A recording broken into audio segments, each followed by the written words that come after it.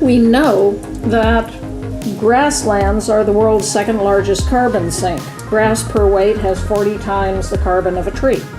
So everybody's, oh, let's plant trees. No, let's manage grasslands better. I think we need a new narrative of what it means to be human, what it is we want, why we entrepreneur. Question. I think when we look at climate change and the realities of it, it's scary in a lot of ways. What do you think will get us out of this? And do we have a chance? Lands attack.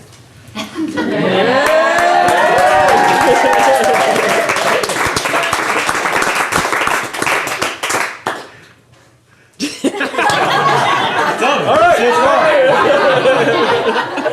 Let's drink. Yep. All right. Cheers.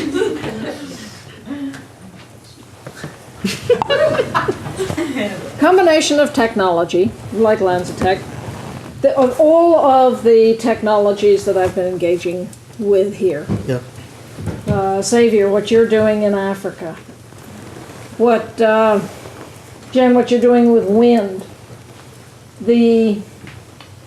All of the renewables, Yeah. efficiency, then regenerative agriculture. We know how to roll climate change backward. And what do you mean by that? Can you explain that? We were talking this afternoon. He said, how do you think we're going to go? Over, under, or up, where are we going to go? Yeah. And we'll go above 2 degrees C. The amplifications. You know, when you melt the Arctic ice, it darkens the land. If you warm the permafrost, you start emitting more methane. You start looking at the amplifications, it gets really scary. And this is what right now, today, is freaking out the scientists in Marrakesh, because this election means everything's going to slow down. We've been on a insufficient but better path toward climate protection than we have been in years past. And that's going to slow. Yep. And so it is going to be tough. The 65 million refugees now on the move are largely because of climate change. The war in Syria, yeah, there are all sorts of religious and ethnic tensions, but it's aggravated by 40 years of drought. Yeah. The farmers can no longer stay in the rural areas, they come to the cities, all hell breaks loose. This is all going to get worse. Yeah. And we now have millions of refugees, we will have billions of refugees. We've known all of this for a long time, it's all been preventable, we have not prevented it. But we know that grasslands are the world's second largest carbon sink. Grass per weight has 40 times the carbon of a tree. Wow. So everybody's, oh, let's plant trees. No, let's manage grasslands better. When the pioneers first headed west out of here and hit the Great Plains, they had 10 feet of thick black soil. It's now down to inches. That black was carbon, and it was put there by the co-evolution of grasslands and grazing animals. When animals dense pack because there are predators around, so the safe place to be is in the middle of the herd, everybody's trying to get there. They eat everything, chop up the soil, fertilize it, and then move on. And as you eat grass, the roots slough polysaccharides, sugars, and that feeds the fungal community, the biotic community in the soil, which fixes carbon. Over the years, this built it up. How fast can we do it? So, a farmer named Gabe Brown, corn soybean farmer outside of Bismarck, North Dakota, good old boy, going broke, trying to do industrial agriculture. So he switched to no-till, didn't break the soil. When we started plowing the soil, turning it upside down, we decarbonized it.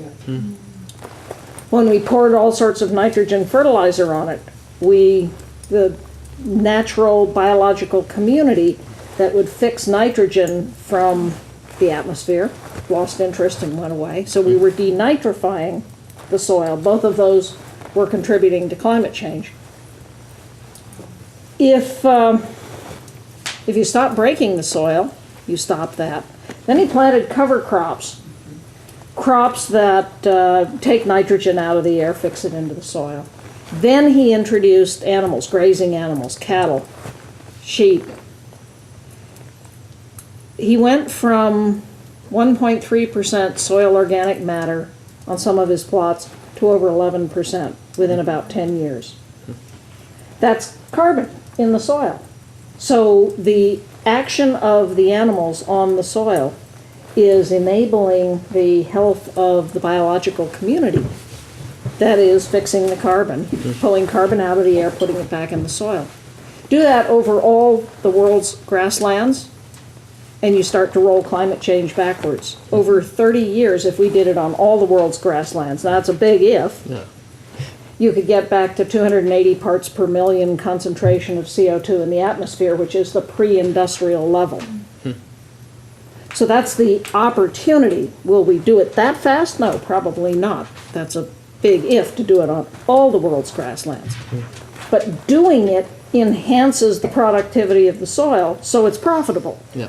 And as we all know, if you can make a profit, business is interested in it. Yeah. So eat more beef. The right kind of beef. Holistically managed grass beef.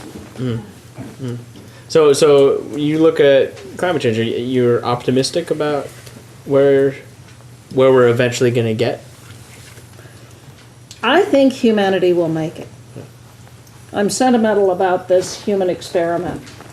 You know, all of the great philosophy, poetry, the sorts of interactions that we're able to create here in a 15-day period.